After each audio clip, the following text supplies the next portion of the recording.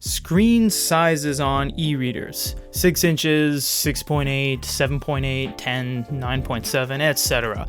It seems that we've hit a norm with everything being 7.8. This is becoming the norm right now, or the most popular size. The Onyx Boox Nova quad-core processing USB-C versus the Kobo Forma, the long-running Kobo name with the Rakuten brand behind it now. This is going to be a video between an Android completely open source device versus a very locked down non-Android based Kobo Forma. You can't sideload in APKs or go to Facebook and Twitter and all of your social media platforms on applications. You're going to have to rely on browsers to do that, whereas this is running Android, so you can sideload in your APKs, read any format under the sun, install any PDF reading software, and as well as even watch videos on it. So let's check this out.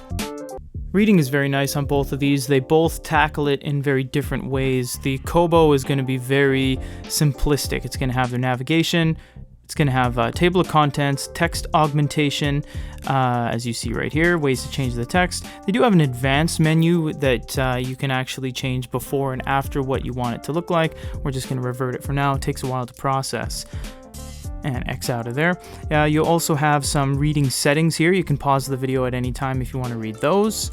And you do have some reading statistics and a couple other things like related reads and whatnot. You do have the ability to long press and do highlights, notes, and search on the web.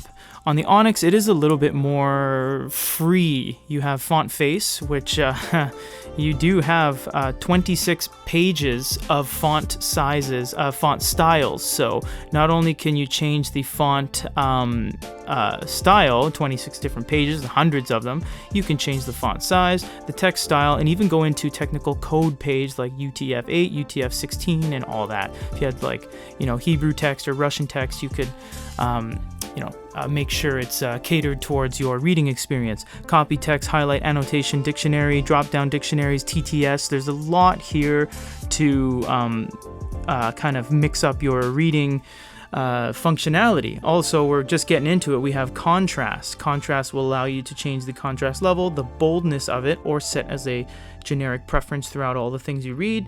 You also have rotation and more. More brings up front light, TTS, refresh, slideshow, which is auto page turns, and settings. Settings is going to allow you to change some things here. There's so many settings here. We can't go through everything, but we are, we do have a lot of this in our individual review videos of these guys.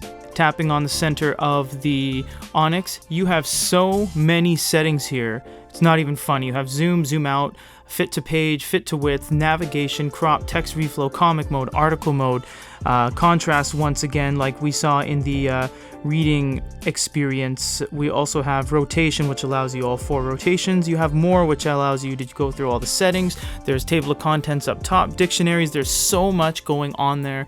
It's crazy. You're going to have to watch the individual videos to really see all those things.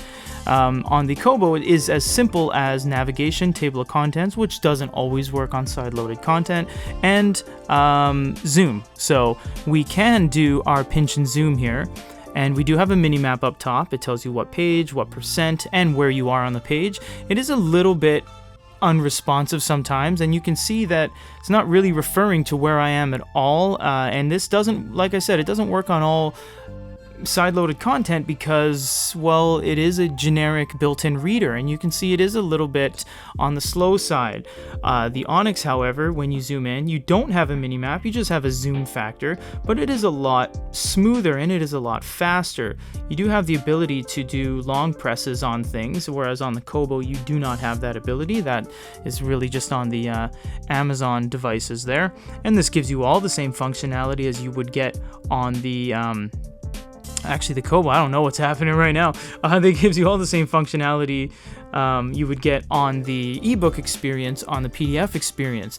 And the beauty about having an Android e-reader is that if you don't like this experience, you could sideload in any APK you want and install it to maybe if you want Adobe, or if you want, you know, a more indie PDF reading software. Whereas on the Kobo, you are stuck with this, and if it is finicky like it is showing you right now, live, right here, uncut, that is the reality, that you are stuck with the one built into a reader like this, a reader like the Kindle, a reader like the Tolino, is that they don't have the ability to sideload in content.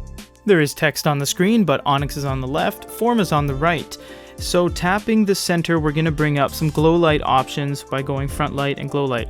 So on the Kobo, we'll start here. The Kobo is really nice because you can turn on the orange. They both have two sets of LEDs like this, like that.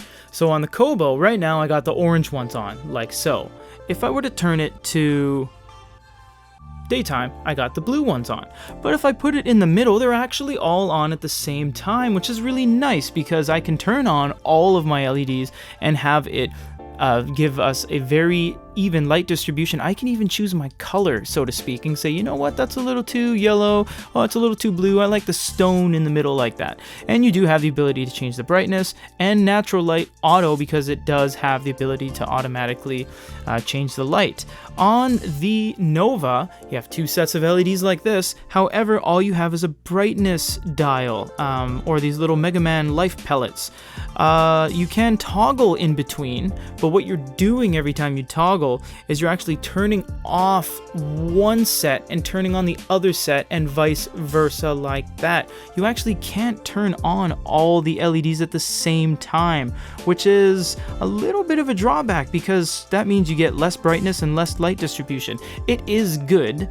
I think the Kobo is a little bit better at it just because they've had a longer track record with glow lights than Onyx does, but this isn't really what the comparison's about. It's more about Android devices versus non-Android devices. Here we are on the Onyx Nova. We have apps available to us. There are only 66. You could actually install the Goody Reader App Store on here, which has 50,000 apps on it. So with this, I can download Google Play Books, Google Drive, Amazon Kindle, Space Desk, whatever that is, iReader, a couple of Chinese apps. I could download Farsi apps. I could download, apps from Luxembourg. There is no limit on Android. And even if I can't find it here, I can go on my computer, find any APK file, and drag and drop it into here and install it, because you're allowed to install apps from unknown sources on this device. So this means that if you don't like the reading experience, you can download an app. If you don't like the PDF experience, you can download an app.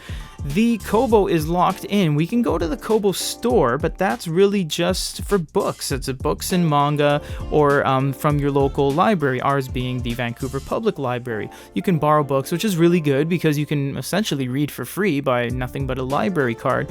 But that is how different these devices are. So to answer your guys' constant questions, which is a good thing, it's fine, about should I get a device like Pocketbook, Kobo, Kindle, Tolino, or should I go into the Onyx, the Boyus of the world and get Android on my device? It is about what you want. If you want something that is very simplistic, very usable, very one note kind of thing, you just put books and read, and that's it. Or if you want something that has a little bit more flexibility and the ability to download apps, although with that territory you're getting notifications, you're getting emails, you're going to get Outlook stuff, you're going to get OneNote stuff, so there are going to be a little bit more distractions on this. This is catered for reading. This is a multimedia device with an e-ink screen on it. So for a Goody Reader comparison, not so much between the Nova and the Forma, but basically between an Android e-reader and a regular e-reader. This is Peter. If you guys want to see anything else, let us know.